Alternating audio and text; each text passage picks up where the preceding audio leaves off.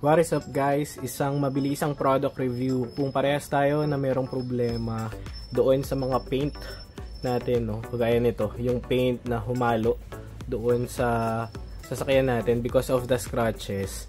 So ito, meron akong product na binili sa Lazada and we'll try it out kung gagana ba siya or mariresolve niya ba yung issue natin, no? So ang problema basically is merong humalong pintura. Hindi naman siya malalim na gasgas pero may humalong pintura doon sa kotse, no? So ito, gusto ko sana siyang ma-resolve using scratch remover at meron ako nakitang product sa Lazada. Mukhang maganda naman yung mga reviews niya. So let's try to check. Once again, this is not a sponsored video.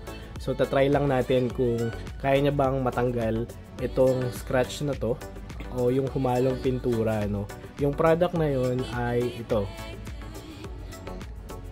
Ayan. So, yung product is Guapo Car Care Solutions. It's an Ultra Pro Plus Scratch Remover, no? So, ito yung susubukan nating gamitin pangtanggal ng problema na ipinakita ko sa inyo kanina. But, of course, after applying this, gagamitan din natin ng Carnauba Wax, no? So, itong combo na to at set ng mga basahan, yung gagamitin natin para ma-check kung kaya na bang matanggal yung humalong pintura doon sa sasakyan.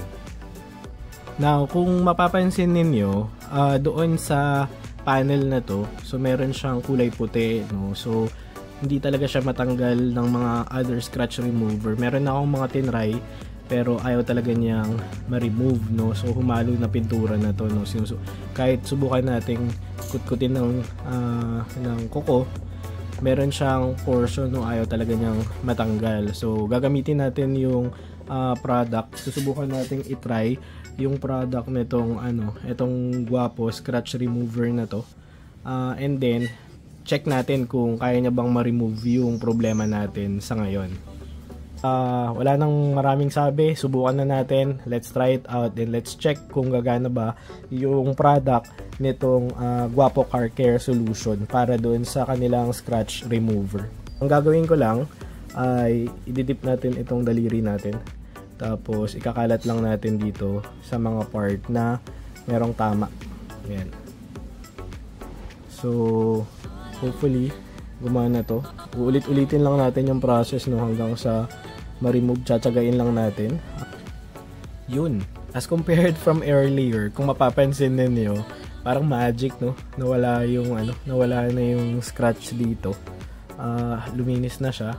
But of course, para ma-proceed natin yung process, ma-ensure natin na kuminis ulit siya. So, gagamit ako nitong Guapo na liquid wax, yung Carnauba wax nila, no? So, isprayan lang natin. Isprayan, di pa pala nakabukas yan. Isprayan lang natin.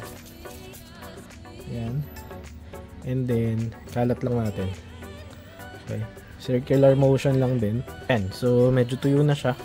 Then, i-buff lang natin nitong ito yung basahan natin para matanggal yung mga excess, no? Lalo dito sa part na pinrases natin ng scratch remover. Ayan. Tada!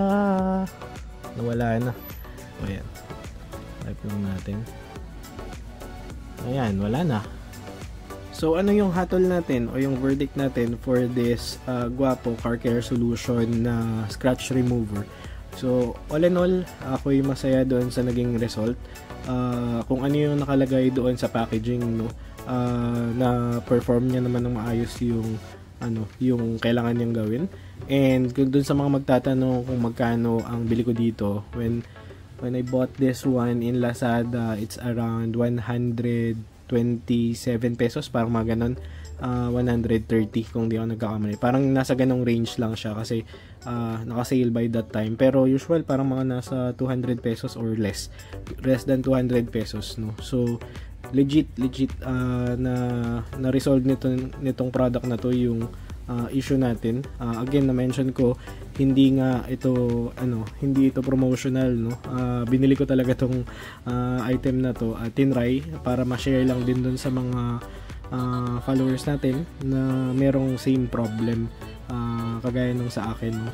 Pwede din siya doon sa mga paints, no, na meron ng oxidation, no. So pagka ginamit nyo siya, I suggest kung malakihan yung kailangan nyo gawin, gamitan nyo ng rotary tool para i-spread out ng evenly itong product, and for sure sigurado kikintab ulit yung paint ng kotse ninyo. So sa video na to, yun lang product review wise natin for this Guapo Car Care solution na scratch remover is legit 100%. So buy this one guys. Thank you.